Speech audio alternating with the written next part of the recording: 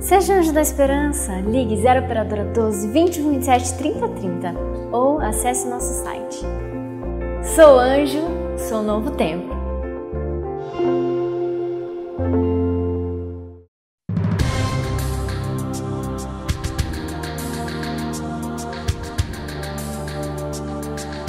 Olá!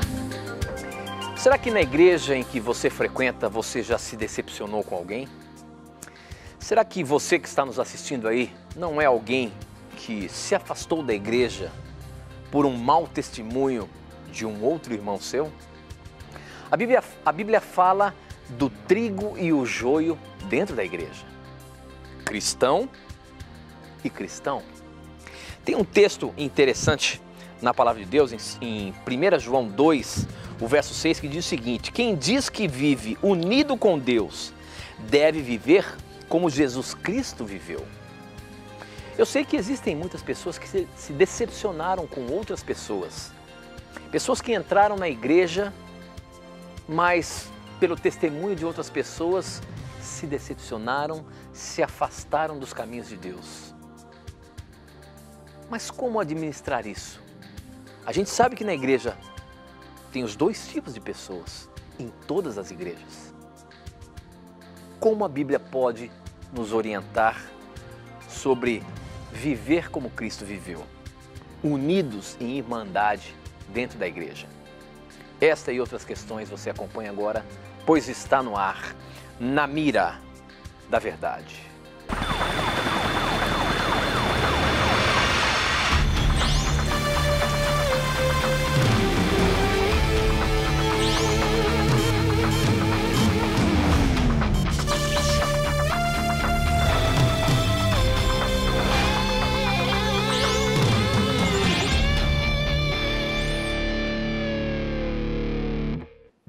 Olá, seja muito bem-vindo. Já nos conectamos com o Brasil e o mundo através das ondas do rádio, da internet e da TV Novo Tempo espalhado por todo o nosso país. Seja muito bem-vindo, obrigado, dá licença aí, deixa eu entrar aí dentro da sua casa e vamos juntos estudar a Palavra de Deus. Este é o programa Na Mira da Verdade, um programa em que você pergunta e as respostas serão baseadas exclusivamente na Palavra de Deus. Quero começar cumprimentando meu amigo professor Leandro Quadros. Tudo bem, professor? Graças a Deus, meu amigo, felizes por estarmos em mais um programa e com certeza a Tito Deus vai ter muitas coisas legais para nos ensinar hoje por meio do estudo da sua palavra. Muito obrigado, amigo telespectador e ouvinte, por nos dar o seu carinho, a honra da sua audiência. Ok, professor. Em virtude do horário político, o nosso programa está começando um pouquinho mais tarde, às 9 horas e 12 minutos. E os nossos ouvintes da Rede Novo Tempo de rádio está conectada com a gente e vai até às 10 horas. Depois a gente temos mais um pedacinho para você que está aqui nos assistindo pela televisão. Portanto, você ouvinte da Rede Novo Tempo de rádio, muito obrigado pela sua audiência, participe do programa.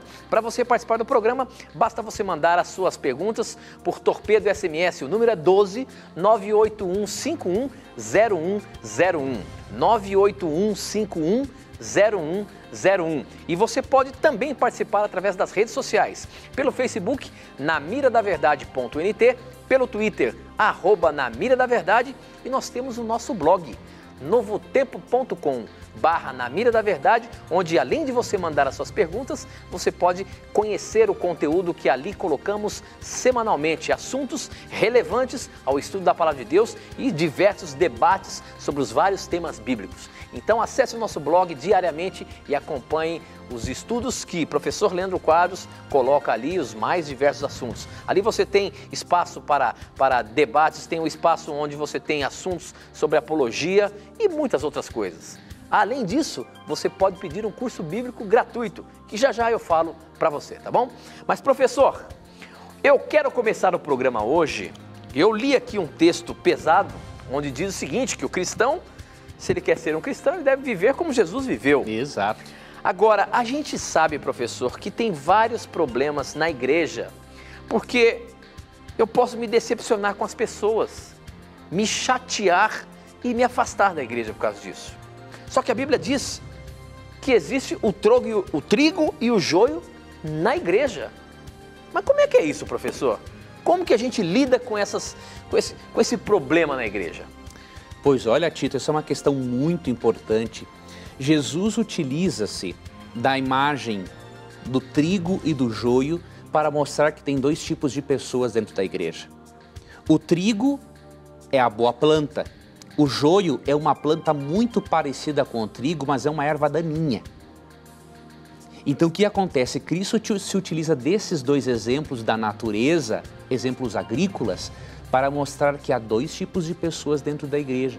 E por isso é que há muitas decepções com pessoas, porque muitas pessoas não fazem parte do trigo de Jesus, são o joio. Vou ler para vocês a parábola de Mateus 13. Eu não tenho dúvida de que a pessoa que ler e entender com oração a parábola do trigo e do joio, ela nunca vai sair da igreja, por causa de outras pessoas. A pessoa que sai da igreja por causa de outras pessoas é porque ela não compreendeu esta parábola. Por exemplo, em Mateus 13, 24 a 30, Cristo menciona que Deus planta o trigo na igreja, mas que o diabo também planta, só que planta o joio. Isso significa que o diabo também, entre aspas, converte. O diabo coloca pessoas dentro da igreja para atrapalhar aquelas que querem realmente viver como Jesus viveu, como o Tito leu em 1 João 2,6. E depois de Cristo contar essa parábola do verso 24 ao 30, ele explica a parábola dos versos 36 em diante, e eu vou ler para você a explicação da parábola. Então ele deixou a multidão e foi para casa. Seus discípulos aproximaram-se deles e pediram: explica-nos a parábola do joio no campo. Ele respondeu: aquele que semeou a boa semente é o Filho do Homem, Jesus. O campo é o mundo, e a boa semente são os filhos do reino. O joio são os filhos do maligno. E o inimigo que semeia é o diabo. A colheita é o fim desta era, e os encarregados da colheita são os anjos. Assim como o joio é colhido e queimado no fogo, assim também acontecerá no fim desta era. O Filho do Homem enviará os seus anjos, e eles tirarão do seu reino tudo o que faz tropeçar e todos os que praticam o mal. Eles os lançarão na fornalha ardente, onde haverá choro e ranger de dentes. Então os justos brilharão como o sol no reino de seu Pai. Aquele que tem ouvidos, ouça. Aqui são mencionados dois tipos de pessoas. A boa planta, que faz parte do celeiro, que será recolhida no celeiro de Jesus, o trigo. Isso ocorrerá na volta de Cristo. E a planta ruim, a erva daninha, que Cristo enviará os anjos como ceifeiros para pegar essa erva daninha e jogar no lago de fogo. Mas, Leandro, isso ainda não resolve o meu problema. Eu saí da igreja por causa de pessoas. Ou estou pensando em sair da igreja por causa de pessoas. A solução do seu problema está assim na parábola, sabe por quê? Você pode escolher, meu irmão e minha irmã, ser trigo ou ser joio. Você note uma coisa importante aqui na parábola. Nos versos 28 até o 30, os ceifeiros, os funcionários do dono do campo, que representam os anjos, chegaram para Jesus e falaram assim: deixe-nos tirar esse joio fora, e aí só o trigo ficará. Olha o que Cristo falou. Não, porque ao tirar o joio, vocês poderão arrancar com ele o trigo. Deixem que cresçam juntos até a colheita, até a volta de Jesus. Então direi aos encarregados da colheita: juntem primeiro o joio e amarrem-no em feixes para ser queimado. Depois juntem o trigo e guardem-no no celeiro. Amigo, amiga, se nesta parábola Cristo não permitiu que os anjos, que são muito mais sábios que você e eu, e não têm pecado, se Cristo não permitiu que os anjos tirassem o joio da igreja antes da volta de Cristo, como que você vai querer tirar o joio da igreja? Você não pode mudar a profecia. Você pode escolher não ser a erva daninha. Você pode ser uma planta boa como o trigo, crescendo no reino de Deus. Agora, se Deus não autorizou os anjos a tirarem o joio, porque o trigo e o joio são muito parecidos, você não pode tirar. O que você pode e deve fazer é seguir o conselho de Hebreus 10, 25. Por quê? Se você não seguir o conselho de Hebreus 10, 25, e com isso aqui eu finalizo a resposta, o diabo vai fazer o que quiser com a sua vida. Porque se você depende de pessoas para estar na igreja adorando a Deus, vai ser muito fácil o inimigo utilizar alguém que é joio para atrapalhar a sua vida. Agora, se a sua motivação é Jesus Cristo, não importa o que façam, você estará adorando a Deus. Por isso, independente de haver trigo e joio juntos, até a volta de Cristo, você precisa seguir o conselho de Hebreus 10, 25, que diz assim: não deixemos de reunir-nos como igreja, segundo o costume de alguns, mas procuremos encorajar-nos uns aos outros, ainda mais quando vocês veem que se aproxima o dia. A solução para o nosso problema não é sair da igreja e fundar movimentos dissidentes e separatistas. A solução é permanecermos na igreja sendo o trigo, porque quem será tirado do meio do trigo e jogado no fogo será o joio. Por isso, decida ser trigo. Seja um trigo no cereiro de Jesus e não o joio plantado pelo inimigo. Muito bem, professor. Bom, o nosso programa está apenas começando. Para você participar do nosso programa, basta mandar as suas perguntas pelas nossas redes sociais.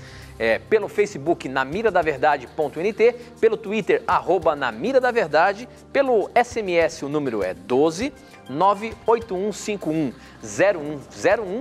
E você também pode mandar essas perguntas pelo nosso blog, novotempo.com/namiradaverdade, tá bom? A pergunta que chegou aqui agora pelo SMS é o seguinte: meu nome é Fernando e sou de São Paulo, capital.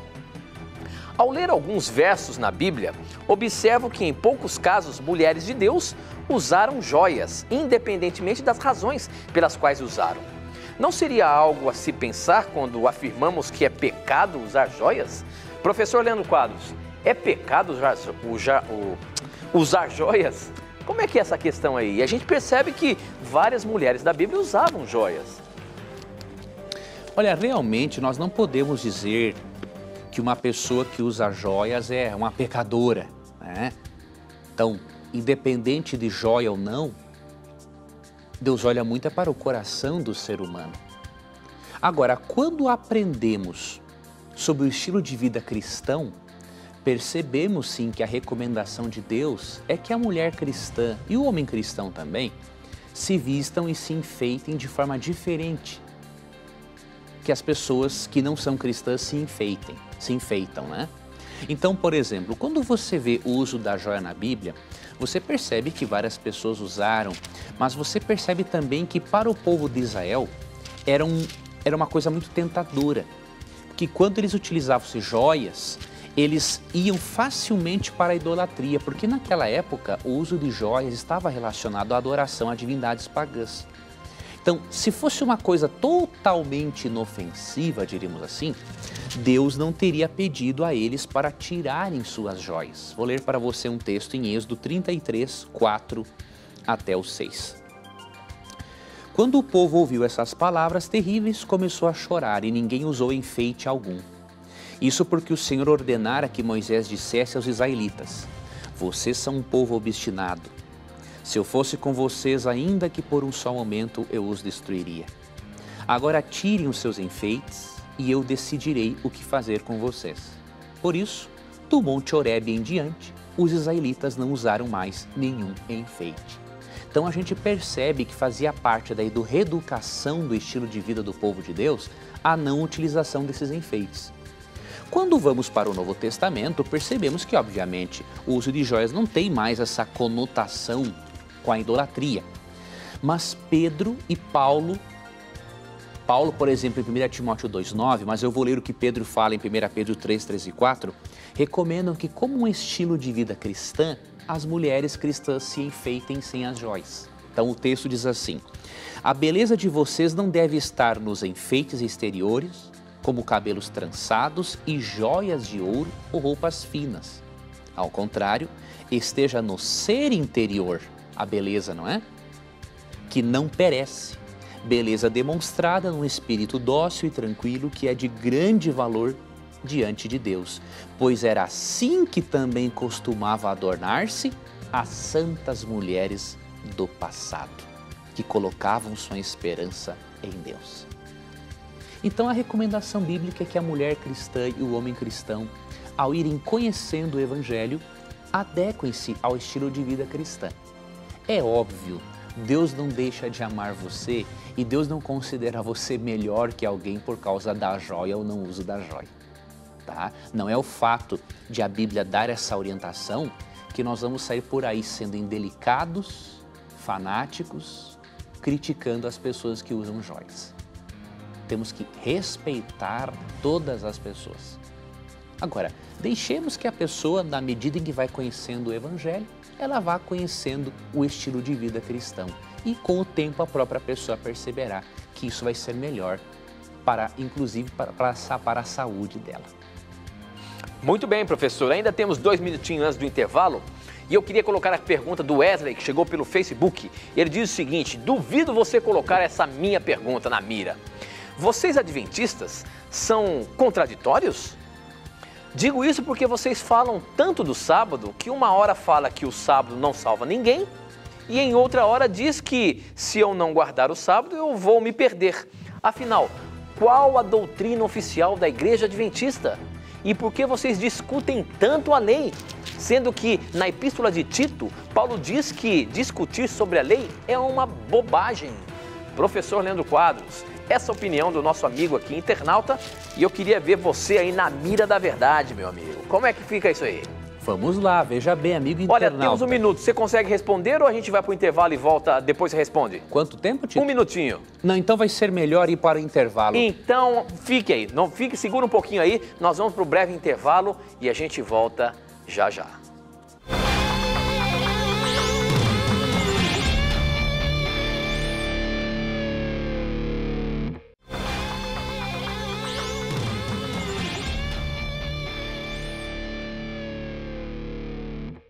Já estamos de volta, esse é o programa Na Mira da Verdade. E antes do intervalo, nós colocamos o professor na mira com a pergunta do Wesley Rocha, pelo Facebook. E ele disse o seguinte, vou ler novamente a pergunta para você, professor, preste atenção. Tá bom, meu amigo. Duvido você colocar essa minha pergunta na mira. Vocês adventistas são contraditórios? Digo isso porque vocês falam tanto do sábado, que uma hora fala que o sábado não salva ninguém e outra hora diz que se eu não guardar o sábado eu vou me perder. Afinal, qual a doutrina oficial da Igreja Adventista? E por que vocês discutem tanto a lei, sendo que na Epístola de Tito, Paulo diz que discutir a lei é uma bobagem? Professor, como que é essa questão do sábado, afinal de contas? Porque a gente sempre fala aqui no programa, porque as perguntas chegam muito sobre o sábado. Sim. Então a gente tem que atender, porque olha, é uma quantidade imensa de perguntas sobre esse assunto e todo o programa tem o sábado. Então a gente bate na tecla do sábado, porque as perguntas chegam sobre isso. Como é que você sai dessa agora? Vamos lá. Primeiramente, querido irmão que enviou essa pergunta, em Tito capítulo 3, verso 9, quando Paulo diz para evitarmos controvérsias tolas, genealogias, discussões, contendas a respeito da lei, o termo lei aqui é um termo amplo e ele se refere a ficarmos discutindo questões sobre a lei de Moisés, não é? Os escritos de Moisés. Agora, ele está falando aqui para pessoas que viviam em harmonia com a palavra de Deus. Agora, quando está em questão a rebeldia contra Deus, nós temos que discutir o assunto da lei, porque se uma pessoa está conscientemente pisando os mandamentos de Deus, nós temos que adverti-la de que mesmo sendo salva pela graça, ela não é salva para a libertinagem, certo? Então nós discutimos da forma saudável e não da forma improdutiva como o público a quem Paulo escreveu essa carta o fazia.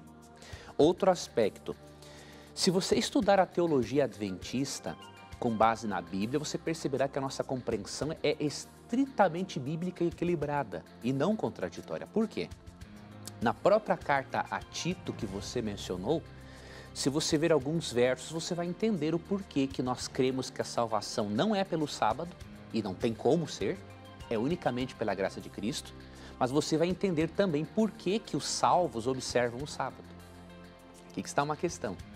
Tito capítulo 3, por exemplo, capítulo 2, verso 14, diz assim: Ele se entregou por nós, falando de Jesus, a fim de nos redimir de toda maldade e purificar para si mesmo um povo particularmente seu, dedicado à prática das boas obras. Está vendo a harmonia que a teologia adventista encontra aqui? Cristo se entregou por nós. Ou seja, nós não somos salvos pela lei. Só que Ele não se entregou por nós para continuarmos sendo pecadeiros.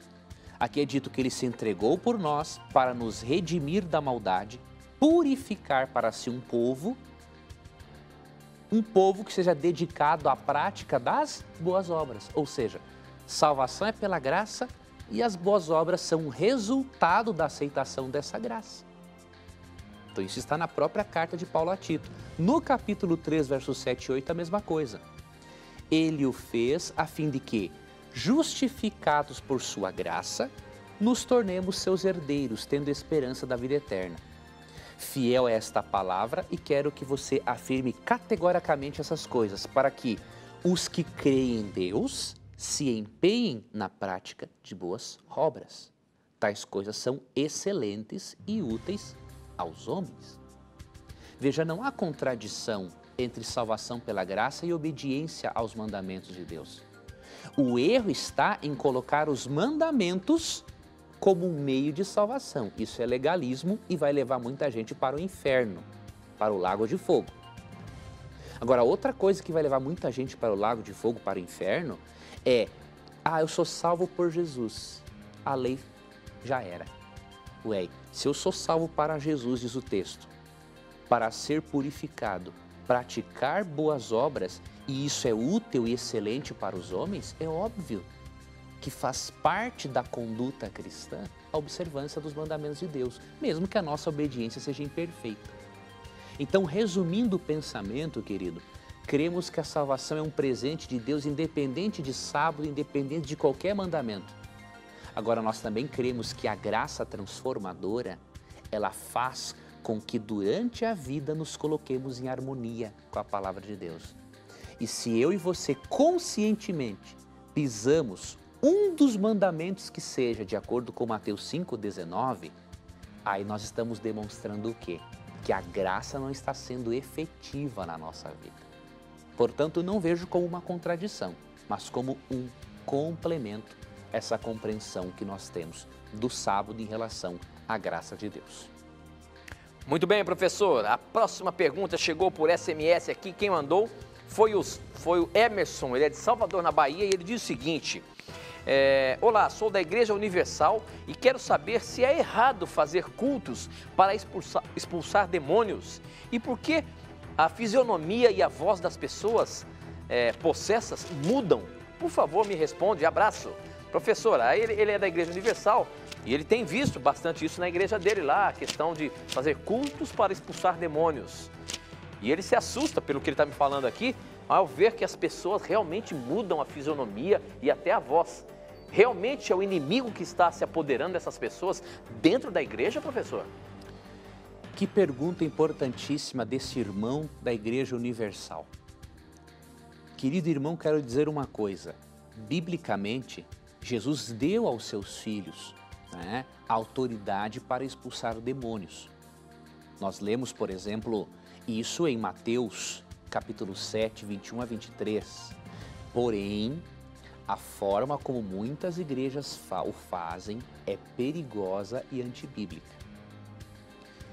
Para você ter uma ideia, em Mateus 7, 21 a 23, Jesus é tão claro e forte nesse assunto que ele chega ao ponto de dizer o seguinte, que eu vou mencionar o que diz para você o texto de Mateus 7, 21 a 23. Ali é dito o seguinte: nem todo o que me diz Senhor, Senhor, entrará no reino dos céus, mas aquele que faz a vontade de meu Pai que está nos céus.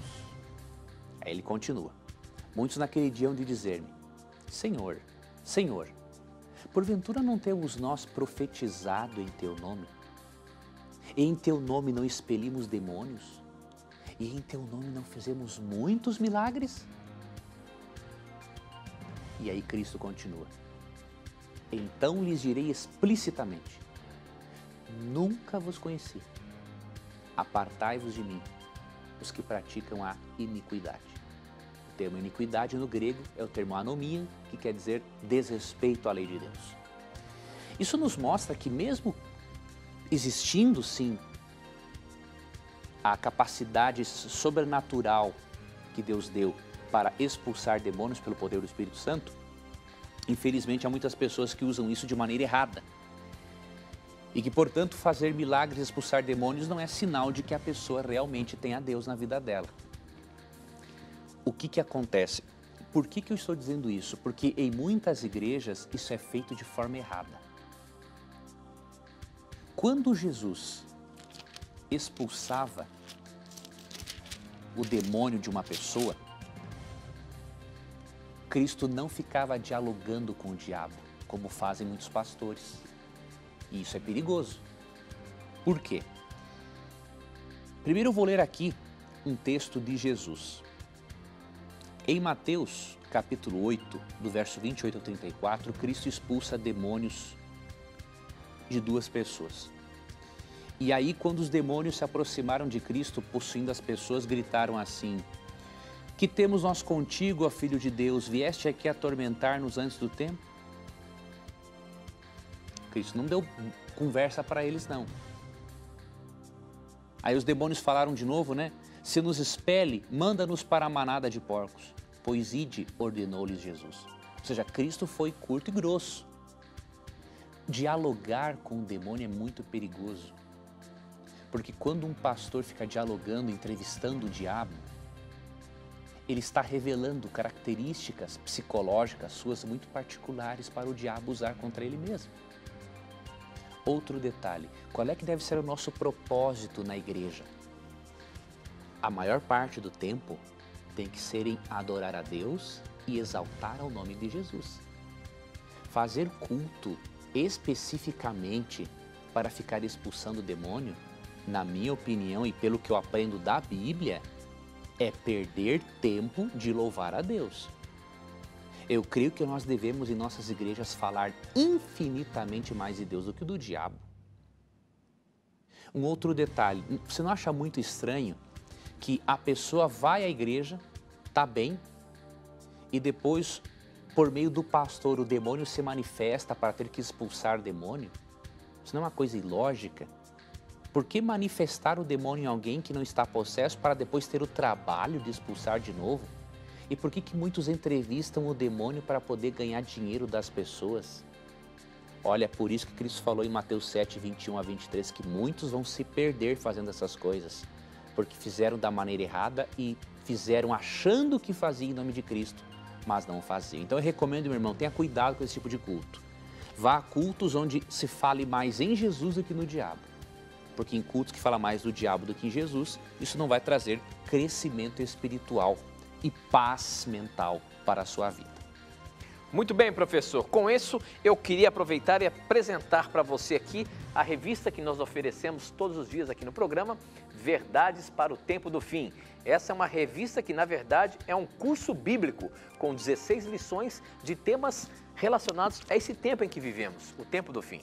E se você quer receber essa revista na sua casa, basta você acessar o nosso blog, novotempo.com/Na Mira da Verdade. Você vai ver essa revista, essa imagem lá, é só você clicar nela e você vai ser direcionado para um espaço para preencher os seus dados postais para que ela chegue na sua casa aí sem custo algum. É de graça, é um presente que nós oferecemos para você. Verdades para o Tempo do Fim é uma revista, é um curso bíblico completo que você pode levar para qualquer lugar. Você pode ir no ônibus lendo a sua revista, estudando a Palavra de Deus. Você pode estar nos momentos de descanso no seu trabalho, estudando a Palavra de Deus. E você pode estar na sua casa ou em qualquer lugar vendo esta revista e aprendendo sobre a Palavra de Deus. Peça agora mesmo, é gratuita, é um presente para você.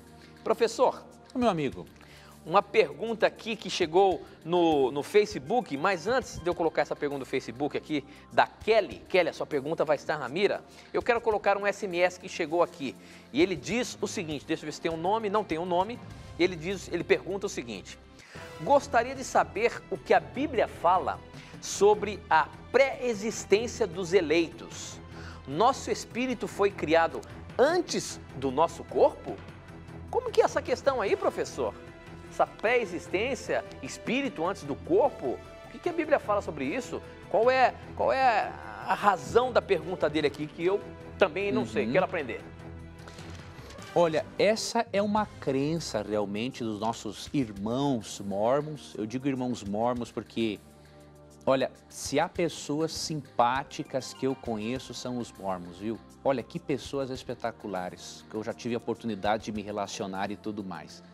Mas é uma crença dos irmãos mórmons na pré-existência da alma, ou seja, que antes de virmos a este mundo, as almas já existiam na companhia de Deus. E aí, consequentemente, o pecado foi, diríamos, um mal necessário para a evolução dessas almas. Na verdade, isso não é um ensinamento bíblico, não é? Então, por exemplo, quando lemos Gênesis capítulo 2, verso 7, não há possibilidade alguma para essa crença da pré-existência da alma. Quando Deus criou nossos primeiros pais, Adão e Eva, olha como que aconteceu.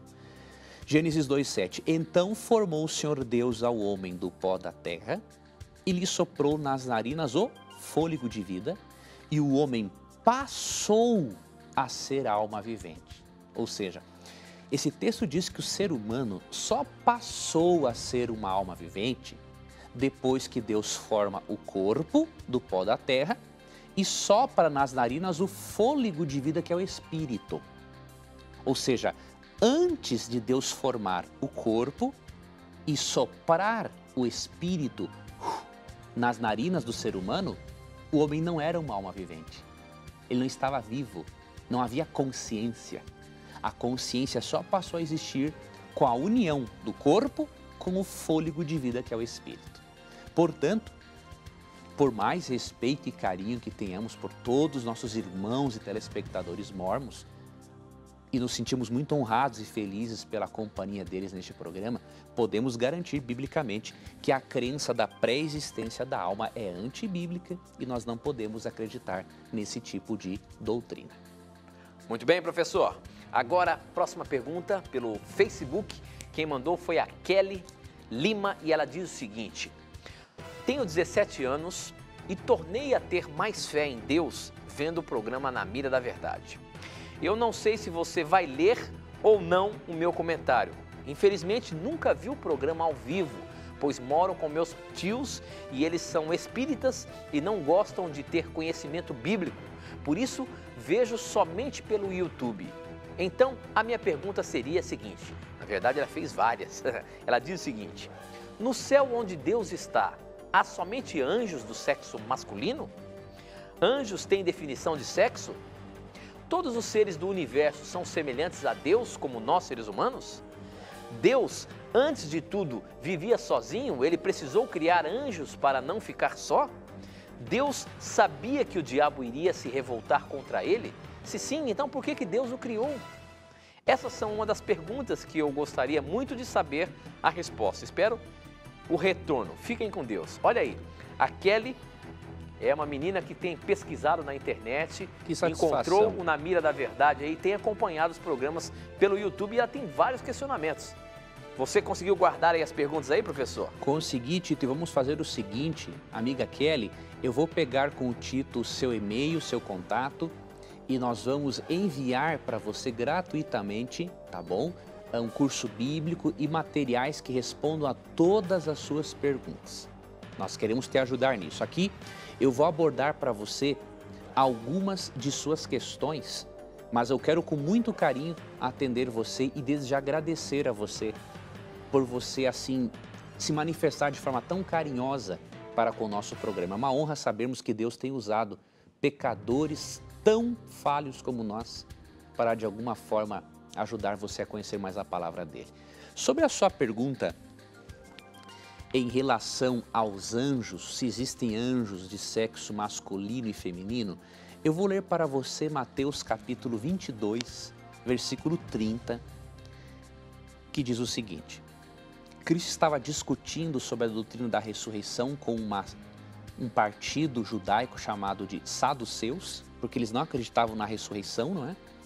E aí, Mateus 22:30 diz assim: porque na ressurreição nem casam, nem se dão em casamento. São, porém, como os anjos no céu. Ou seja, biblicamente os anjos são seres assexuados. A Bíblia não apresenta os anjos como sendo seres capazes de procriar como nós e outras criaturas aqui no planeta Terra. Isso indica que, sendo os anjos seres assexuados, não há no céu algo que, assim, uma forma de definir os anjos como esse é homem, este é mulher. É óbvio que os anjos, por serem seres celestiais, eles têm o chamado poder da personificação. O que é isso? Os anjos podem assumir aparência humana para comunicar alguma verdade de Deus para as pessoas. Por exemplo, em Gênesis capítulo 18, anjos personificaram duas figuras masculinas para que eles pudessem se aproximar de Abraão e falar para ele acerca da destruição da cidade de Sodoma e Gomorra. E nós percebemos até o próprio Cristo, né, antes de vir à cruz, personificando, né, aparecendo em forma humana. Agora, as outras criaturas que Deus fez no universo, nós realmente não temos assim maiores informações bíblicas. O que percebemos é que Deus, ele é um ser que cria seres simétricos, com simetria, seres belos. E nós percebemos, por exemplo, em Apocalipse 12:12, que quando Satanás é expulso do céu, os seres do universo comemoram a expulsão definitiva dele do céu. A vitória de Cristo ali na cruz do Calvário, eles comemoram. Então, há seres racionais, conscientes, com certeza muito belos, mas não temos maiores informações sobre isso. Mas, pegarei o seu contato, vamos mandar mais materiais para você, inclusive um curso bíblico grátis. Continue e parabéns por você estar permitindo que Deus atue na sua vida. Muito bem, professor. Agora, aqui pelo Twitter, deixa eu falar, se você quer participar do programa, basta mandar as suas perguntas pelo Twitter, @namiradaverdade, pelo Facebook, namiradaverdade.nt. Nosso blog, você também tem a chance de estudar os assuntos que postamos ali e mandar suas perguntas quando o programa está no ar, ao vivo, novotempo.com/namiradaverdade. E pelo SMS, o número é 12 98151 0101. Tem várias formas de você participar, mande a sua pergunta pra gente. No Twitter, o Lúcio pergunta o seguinte: Deus fica no ato sexual entre os casais? Olha a pergunta aí. Muitas vezes a gente percebe que o ato sexual, se entende que é alguma coisa meio que pecaminosa e que Deus não está ali no ato sexual. Afinal de contas, não foi Deus que criou o ato sexual? E a gente pode então fazer sim essa pergunta? Deus pode estar junto do casal ali, no ato em si? Veja bem, Deus, primeiro ponto, foi importante você destacar isso, Tito, que a sexualidade é um presente de Deus para o ser humano, né? Deus criou a sexualidade como um presente para o ser humano. Eu vou ler aqui Gênesis capítulo 2, verso... Eu acho que é importante a gente destacar, né, professor, a questão do ato sexual, não a questão da presença de Deus, é se há aprovação de Deus. Exato. Né? Porque eu acho que é esse que é o contexto em si. Esse que é o ponto, porque de acordo com o Salmo 139, Deus é onipresente, não é? Exatamente. Então Deus está em todos os lugares ao mesmo tempo e, obviamente, Deus abençoa os casais no seu contexto sexual. Deus criou o casal para a felicidade, né, conjugal. Agora, o certo é fazer da maneira certa, correta, no casamento, não é isso? Exatamente, essa é a instrução bíblica, não é, Tito? Aqui em Gênesis 2, 24 e 25, ou melhor, 22 a 24, percebemos que o plano de Deus é que primeiro homem deixe pai e mãe se una só a mulher e depois se torne uma só carne por meio da atividade sexual. Então essa é a sequência em Gênesis 2:24. Agora vejam como Deus criou a atividade sexual como uma bênção e que não é uma coisa pecaminosa em si quando feita no contexto de Deus. Gênesis 1:28. Deus os abençoou e lhes disse: sejam férteis e multipliquem-se, encham e subjuguem a terra. Ou seja, faz parte da bênção de Deus ao ser humano o ser fecundo, o multiplicar-se. E quando você lê o livro de Cantares, aí você vê uma exaltação tremenda bíblica ao amor sexual. Então tem muita coisa aqui no livro de Cantares, né? Exaltando a sexualidade entre o casal. Eu vou ler, por exemplo, aqui só um versículo que é Eclesiastes, ou melhor, Cânticos, capítulo 4. Vou ler os versos 9 e 10 para você perceber como a sexualidade é exaltada, obviamente em todo o livro. Você faz disparar o meu coração, minha irmã, minha noiva, você fez disparar o meu coração com um simples olhar. Verso 10. Quão deliciosas são as suas carícias, minha irmã, minha noiva. Suas carícias são mais agradáveis que o vinho, e a fragrância do seu perfume supera o de qualquer especiaria. Olha o verso 11. Os teus lábios gotejam a doçura dos favos de mel, minha noiva. Leite e mel estão debaixo da sua língua. Veja, Deus exalta a sexualidade do casal. Então a sua preocupação é: faça a sua esposa feliz, faça o seu esposo feliz, sabendo que vocês têm a bênção de Deus na vida sexual de vocês. Pois então, vou fazer uma pergunta que veio aqui no Facebook, e olha só como que são as coisas, né? Me chamo Giovana, meu marido me abandonou por causa da igreja. Pensei que se fosse fiel a Jesus, me livraria de todo mal, mas meu marido se foi. De tristeza, abandonei a igreja. Será que tem volta para mim? Será que Deus ainda vai cuidar de mim? Por favor, me responda. A gente percebe muitas vezes aí, professor, que existem casos em que pessoas se dedicam tanto na igreja que se esquece do lar, se esquece da esposa, se esquece do marido e depois é abandonado e aí simplesmente sofre e achando que Deus não cuidou dela. Como que é essa questão? Eu acho que tem que ter um equilíbrio, né? Ser cristão não quer dizer você ser fanático a ponto de esquecer da família e estar o tempo todo na igreja. Isso é uma coisa que acontece, é muito comum aí. O que a Bíblia pode nos orientar sobre isso, professor? Olha, Tito, que questão interessante essa que você colocou aí dessa nossa querida amiga. Queridos, na nossa ordem de prioridades, quando lemos Mateus 6,33, ali diz assim: busque em primeiro lugar o reino de Deus e a sua justiça e todas essas coisas vos serão acrescentadas. Nós temos que ter bem claro na nossa mente as nossas prioridades. Primeiro de tudo Deus, depois família, depois igreja, certo? É óbvio que você servir a Deus em primeiro lugar envolve também a igreja e tudo mais, mas a sua primeira e principal igreja é a sua casa. Não adianta você converter o mundo lá fora e você perder a sua família. Deus, família, igreja, trabalho, temos que ter essa ordem de prioridades para termos uma vida saudável e que vale a pena ser vivida. Agora, isso ocorreu com você, minha irmã, porque realmente ao aceitarmos o cristianismo, nós não estamos livres de problemas. Jesus falou em João 16,33 o seguinte, e aqui ele já tem a resposta à sua pergunta, se há ou não jeito para você. Olha aqui, ó. Eu lhes disse essas coisas para que em mim vocês tenham paz. Neste mundo vocês terão aflições. Ou seja, ele não prometeu para nós uma vida sem sofrimento. Contudo, tenham ânimo, eu venci o mundo.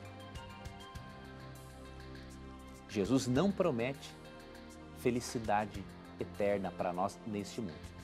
Promete que seremos felizes, mas também ele avisa, filhos, vocês terão aflições, mas tenham bom ânimo, eu venci o mundo.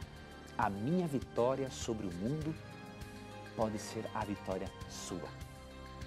O seu marido a deixou porque existe o livre-arbítrio. Deus respeita o livre-arbítrio. Mesmo que o seu marido venha colher consequências negativas pelos erros dele, foi a escolha que ele fez. O amor é algo que não se obriga. Além de se conquistar, o amor é algo pelo qual nós nos decidimos todos os dias. O que aconteceu? Seu marido não decidiu amá-la novamente. Não entre em desespero por isso. Eu gosto de uma frase que diz assim: há quem não quer, tem quem quer. Então, minha amiga, siga a sua vida adiante, seja amiga de Jesus Cristo e não tenha nenhuma dúvida, está de braços abertos esperando você e Ele vai dar a você um esposo muito melhor. Tá ok? Tenha fé em Deus, apegue-se a Ele, não desista da vida, porque os tombos que a vida nos dá não podem ser comparados com as alegrias que Deus nos dá e que nos dará na eternidade. Muito bem, professor. Aqui pelo nosso SMS, que tem muitas boas perguntas, tem uma aqui que foi feita pela Regina e ela diz o seguinte: gostaria de saber sobre a luta que o anjo Gabriel trava contra o príncipe da Pérsia, quando vem ajudar outro anjo. Isso descrito no livro de Daniel. Como foi essa luta? Foi corporal mesmo ou apenas na mente? A pergunta dessa nossa amiga diz respeito a Daniel capítulo 10, versículos 12 e 13. Vou ler e nós vamos comentar aqui. E ele prosseguiu: não tenha medo, Daniel. Desde o primeiro dia em que você decidiu buscar entendimento e humilhar-se diante do seu Deus, suas palavras foram ouvidas e eu vim em resposta a elas. Mas o príncipe do reino da Pérsia me resistiu durante 21 dias. Então Miguel, um dos primeiros príncipes supremos, veio em minha ajuda, pois eu fui impedido de continuar ali com os reis da Pérsia. Esse texto é muito forte porque mostra que depois, quando você lê o contexto do capítulo 10, Daniel ora 21 dias. E apenas depois de 21 dias, Gabriel consegue chegar até Daniel. Por quê? Porque o príncipe do reino da Pérsia resistiu Gabriel por 21 dias. Ora, infelizmente há teólogos que pensam que isso aqui foi simplesmente uma ideia de conflitos, ou seja, um bate-boca. Eu não consigo ver Gabriel perdendo tempo durante 21 dias num bate-boca com o demônio.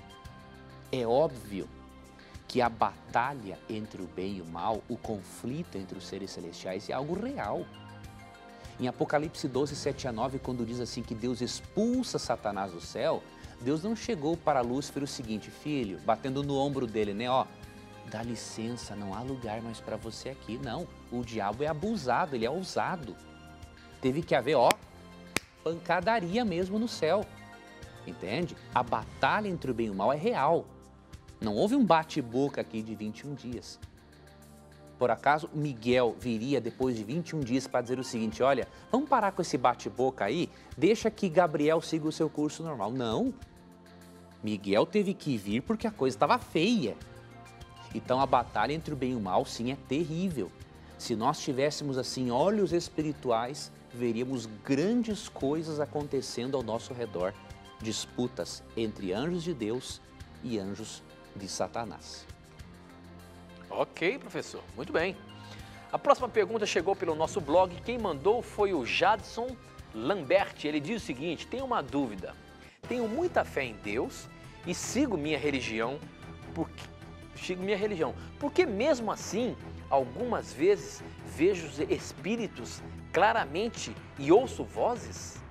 Como é que é isso, professor? Mesmo você sendo fiel, temente a Deus, indo na igreja, você consegue ver espíritos e ouvir vozes? Como que é isso? Satanás pode se apossar da nossa mente em qualquer lugar, até mesmo dentro da igreja, próximo a Deus, professor? Olha, realmente não é normal a situação que está ocorrendo com você, querido irmão. Eu vou ler um texto para você e vou ao mesmo tempo te dar um conselho. Em 1 João 5, 18, diz o seguinte: Sabemos que todo aquele que é nascido de Deus não está no pecado. Aquele que nasceu de Deus, Deus o protege e o maligno não o atinge. Esse texto é muito claro em dizer que o maligno não pode atingir dessa forma um filho de Deus que aceitou a Cristo como Salvador pessoal. Agora, há duas exceções que podem estar ocorrendo na sua vida. Se você teve em algum momento ligação com bruxaria ou qualquer outra coisa que envolva espiritismo, você é uma pessoa mais propensa a ter esse tipo de problema. Aí você precisa fazer um tratamento espiritual, não é? Estudar ainda mais a Bíblia, meditar, orar, ter pessoas orando por você e isso vai passar. Agora, há a possibilidade de você estar com um sintoma de esquizofrenia, o que não seria um problema de ordem espiritual necessariamente. Então, qual é a minha recomendação para você? Como eu não o conheço, não sei o seu caso, o ideal é que você busque conversar com um psiquiatra cristão, tá ok? Um psiquiatra cristão é a pessoa mais apta para ajudar você e saber se o que você tem é um problema assim de ordem espiritual ou a esquizofrenia ou qualquer outra coisa. Se for, o uso da medicação aliado à sua fé em Deus vai resolver o seu problema, tá bom? Mas busque ajuda, busque essa opinião de um profissional qualificado para que você tenha a resposta definitiva para o seu caso. Deus vai ajudar você, não tenha medo. Muito bem, professor. Acho que aí temos ainda mais 2 minutinhos. Dá para colocar mais uma pergunta na mira. Aqui quem mandou, deixa eu ver se tem o nome da pessoa. Não tem, ela diz o seguinte. Tenho passado por uma grande aflição. Por favor, leia a minha pergunta. Tenho muita vontade de trabalhar para Deus, mas não me sinto capacitado e os dons que eu penso ter são tão pequenos que não tenho coragem de usá-los na igreja. Tenho pedido a Deus que multiplique os meus dons, mas até agora nada tem acontecido e tenho passado por uma grande provação. Acho que o motivo de tanta insegurança é porque já fui muito humilhado ao praticar um desses supostos dons que tenho, mas isso não aconteceu na igreja. Por favor, me responda o que eu faço. Professor, tem muitas pessoas e tem muitas igrejas que se fala muito dos dons e que se a pessoa não tem aquele determinado dom, isso quer dizer que ele não tem o Espírito Santo. Como é que é isso? Como que a gente administra os dons? Deus avalia cada um de nós pelos dons que temos? Pois olha, a resposta para essa nossa telespectadora está em 1 Coríntios capítulo 12 e eu vou ler apenas aqui os versos 21 a 23. Você vai ver o quanto Deus valoriza qualquer dom. Olha aqui, ó. O olho não pode dizer à mão, não preciso de você. Nem a cabeça pode dizer aos pés, não preciso de vocês. Ao contrário, os membros do corpo que parecem mais fracos são indispensáveis. E os membros que pensamos serem menos honrosos, tratamos com especial honra. E os membros que em nós são indecorosos são tratados com decoro especial. Paulo está comparando aqui a igreja como o corpo de Cristo com os membros do nosso corpo. Então ele está dizendo assim, a cabeça não pode dizer para os pés que não precisam deles e nem o olho dizer para a mão não preciso de você. E aí ele complementa. Ao contrário, os membros do corpo que parecem mais fracos são indispensáveis. Por isso, minha amiga, o seu dom é indispensável para Deus. Não importa qual dom seja, todos têm o mesmo grau de importância, todos são indispensáveis. Creia nisso e melhore a sua autoestima, porque Deus vai fazer grandes coisas por meio do seu dom. Afinal, quem lhe deu o dom foi o Espírito Santo, de acordo com o verso 11. Muito bem, professor. Com essa nós terminamos mais um programa Na Mira da Verdade e a gente se encontra semana que vem, se Deus quiser. Pela graça de Deus, amigo. Deus lhe guarde. Deus guarde a você, amigo telespectador, ouvinte da Rádio Novo Tempo. Muito obrigado pelo seu carinho. Muito obrigado pelas orações que vocês fazem por nós. Em vários lugares por onde eu viajo, eu ouço de telespectadores e ouvintes que eles oram pela gente. Continue fazendo isso, porque nós precisamos muito. Que Deus guarde a vocês e nunca se esqueçam de uma coisa. Sempre que vocês tiverem a coragem de perguntar, não sou eu, não é a Novo Tempo, não é o Tito, A Bíblia é quem vai ter a coragem de lhe responder. E aqui você já sabe, sempre os seus questionamentos estarão na mira da verdade. Até o nosso próximo encontro. Tchau!